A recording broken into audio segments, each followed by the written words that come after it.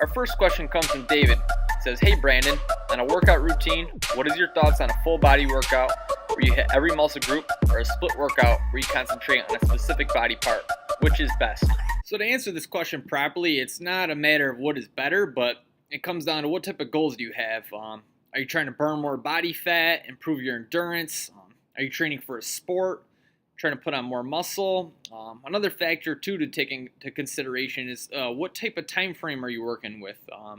Everyone works different hours, they have different obligations, so how much time you could contribute to working out is going to play a major factor in deciding your program.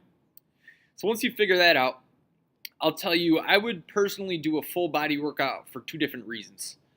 The first reason I would do a full body training is if I wanted a more just burn fat, get toned, improving my endurance, cardio, etc. So I'd perform maybe 1 to 2 different exercises per muscle group. I'd be doing a lot of like supersets, drop sets. I wouldn't be taking much of a rest in between exercises. So this is going to be elevating my heart rate to really burn maximum fat. I'd be improving muscular endurance, doing more higher rep sort of exercises. The other reason I would do a full body workout is if I was training for power and maybe I'm training for athleticism for a sport. So I'd be focusing on my core 4 lifts, my deadlift, my squat, bench press, and overhead press. And I'd be building my routine around that. Reason being is these movements are compound movements that require so many different muscles to perform. For example, when you're benching, you're using your chest, your shoulders, your triceps. Everything's really getting activated. Your squat, your back's coming into play. You're getting your quads into it, your hamstrings. So you're activating a bunch of different muscles at once. And you're training your body to fire all these muscles at once so you could really get power out of different movements. So, for example, a basketball player that is improving his vertical leap, he's going to be focusing a lot on his athletic movements such as squatting. He's going to be doing box jumps, different movements like that are going to just really help him in a practical sense with his sport. Now, I guess the downfall, if you're trying to really focus on building symmetry in your body, full body isn't the best way to really do it because you're not focusing on specific areas of your body.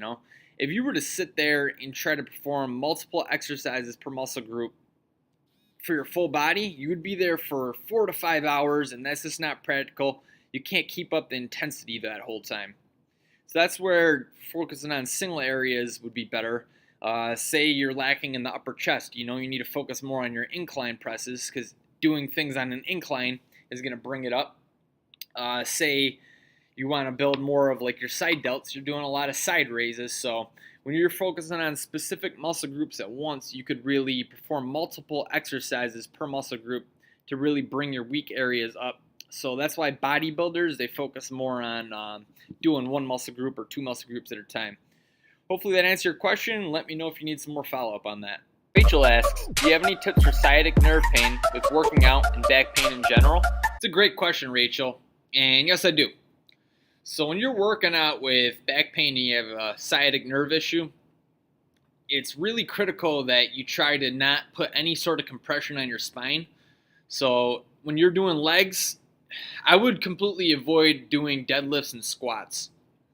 Whenever you're deadlifting, the weight's in front of you and you're pulling up, that is just a disaster for your lower back, especially when you have pain in your back with your sciatic nerve. I would avoid that for a while. You probably have a lot of inflammation in that area, which is compressing on that nerve. So doing anything that's going to aggravate it is just going to make your issue worse. I would avoid doing squats because that's going to put a lot of pressure on your spine as well. You have a weight on your back or even in front.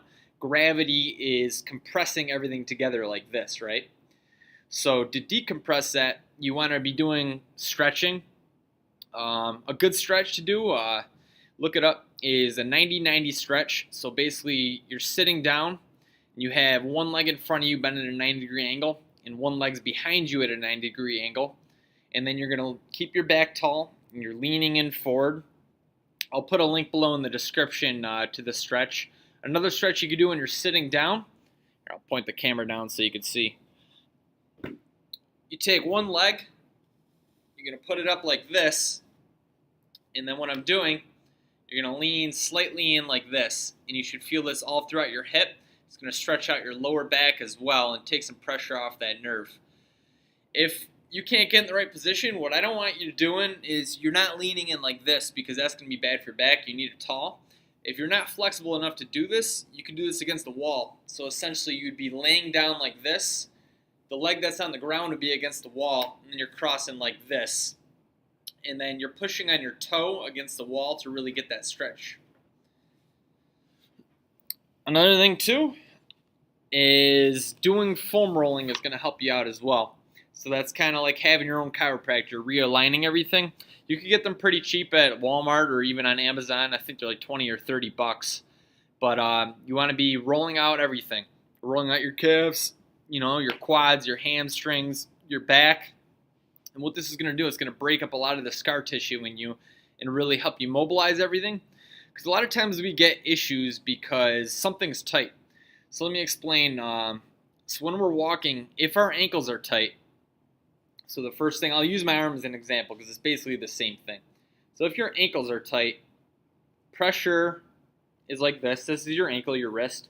So if that's tight, what happens is pressure will go straight through there. This is supposed to absorb it. Now all of a sudden, your elbow is taking that pressure, right? Or your knee. So people get bad knees if they have tight ankles. So that's why ankle mobility is so important to work on. Now all of a sudden, if you don't have flexibility like in your hamstrings, the next thing up is your hips and your lower back. That's why a lot of times injuries start somewhere else besides where you're actually feeling it. So making sure you're mobilized is going to help you a lot. So to sum it up, focus on your stretching.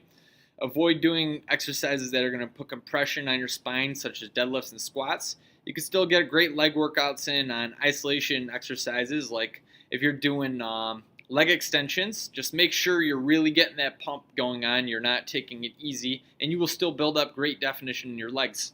So hopefully you found that helpful.